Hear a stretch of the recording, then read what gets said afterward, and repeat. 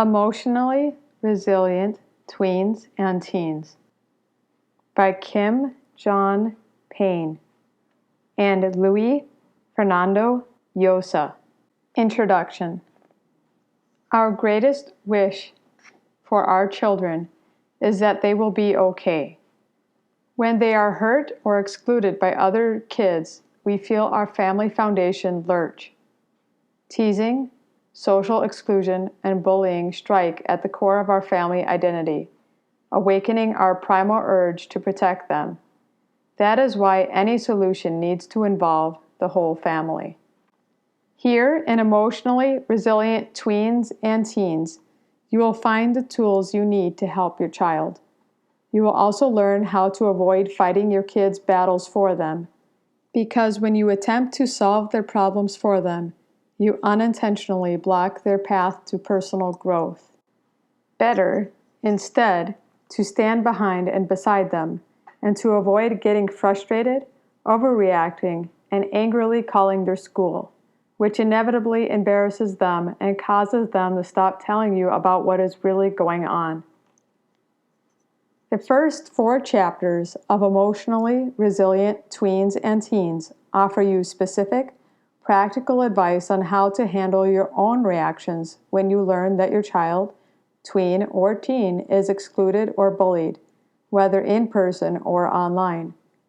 You will also learn how to support them through this difficult situation in a way that builds family connection and trust, and, most importantly, helps them to develop "I can do this" self-confidence. When we were young, few of us ever experienced anything close to the frenzied pace of life, competing demands, and heightened expectations that our children face every day. Though we can certainly help reduce some of the pressures our children encounter, others are hardwired into modern living. That is why we hear terms such as resiliency so often these days. Our kids, we are told, need to develop the inner fortitude to bounce back, learn from what's happened, and move on without a significant loss of confidence. The aim of Emotionally Resilient Tweens and Teens is to help you understand how to better support your child to make behavioral course correction while their social challenges are still moderate. But what exactly is emotional resilience? A good way to sharpen our understanding is to juxtapose its characteristics with trauma responses as laid out in the chart below. What is an emotionally resilient response? I will go down the list comparing the two side by side. For each category, I will tell you the emotionally resilient response, followed by the trauma-based response. The first, emotionally resilient response. Responding freshly to each situation. Trauma-based response. Reacting habitually, repetition, looping patterns of response. Emotionally resilient response. Returning to a restful state between events. Trauma-based response. Maintaining low-grade vigilance between events, rising to high vigilance for all events. Emotionally resilient response. Able to enjoy new things and people. Trauma-based response. Again, maintaining low-grade vigilance between events, rising to high vigilance for all events.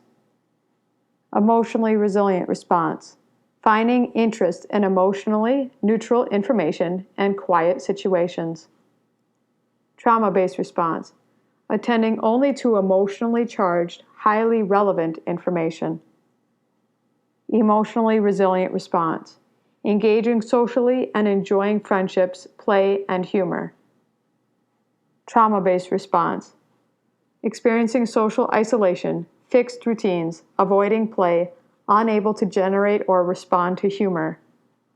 Emotionally resilient response. Accepting positive performance feedback. Trauma response. Rejecting affirmation and consistently seeing success as failure, as an accident or evidence of not being good enough. Emotionally resilient response. Being able to bracket negative events. In time, it's only happening now. In space, it only affects this aspect of my life. Trauma-based response. Magnifying negative events. In time, it's always going to be like this. In space, it affects my whole life and contaminates everything. Sincere thanks to Dr. D. Joy Cutler, whose work was the basis for this chart. Soothing trauma and building emotional resilience through storytelling. Stories are the language of childhood. Children learn from them and empathize with them. That's why stories have been so effective in helping to heal social wounds. Starting with Chapter 5, you will find 10 stories that help teach our children how to shape their reactions and minimize their vulnerability. Targeted kids need to understand that they can't make bullies stop, because attempting to do just that hands the bullies more control. But they can learn how to stand their ground and take back power by controlling their own responses. That way they can influence a difficult situation rather than passively accept what is happening. In essence, emotionally resilient tweens and teens is a toolbox that leads to the development of empathy, promotes problem solving, and provides hope during your child's socially crucial elementary and middle school years. The subtle but clear messages in these stories will teach your kids how to navigate their way out of challenging social situations. They will identify with the character struggles and realize, oh, it's not just me. Others like me have gone through this and found ways to deal with it. If they are okay, I can be too. Parents who read emotionally resilient tweens and teens will better understand what their kids are up against and learn how to coach them through the social landmines of their developing world. After you have read these stories yourself, sit down with your elementary or middle school child and read together about the trials, tribulations, and eventual triumphs of their peers. Then you can team up to devise effective ways to handle the teasing, social exclusion, or bullying that they may encounter. Right when you and your child are at your most vulnerable, these uplifting stories will soothe your parental anxieties, help your child break free from a vicious cycle of blame and victimization, and provide you both with new direction and hope. Your child will feel validated and become empowered. We figured this out, and then I did it on my own. Then the whole family will realize, whatever the future brings, we can work it out together. We cannot rely on schools and state policies to solve social exclusion problems. To begin with, the resources schools have to identify and combat teasing, exclusion, and bullying are limited. School counselors are overwhelmed, and schools are often so slow to implement change. Furthermore, the anti-bullying programs they do employ can be ineffective because they tend to focus on the bullies and inadvertently disempower the targeted child. Emotionally resilient tweens and teens provides kids with first-hand examples of peers who've been through it all and learned how to take control of their own lives. Our 10 teenage narrators have each worked through a perplexing problem and resolved it by the end of the story. They are fellow students, teen mentors who have struggled with teasing, subtle social exclusion, or bullying and become masters of their own destinies rather than remain mired in victimhood, tormented for months, sometimes years. As you embark. I have spent over 30 years coaching children through difficult social situations, raised 2 children of my own on our New England farm, and tried and tested each of these strategies you will read about in these stories.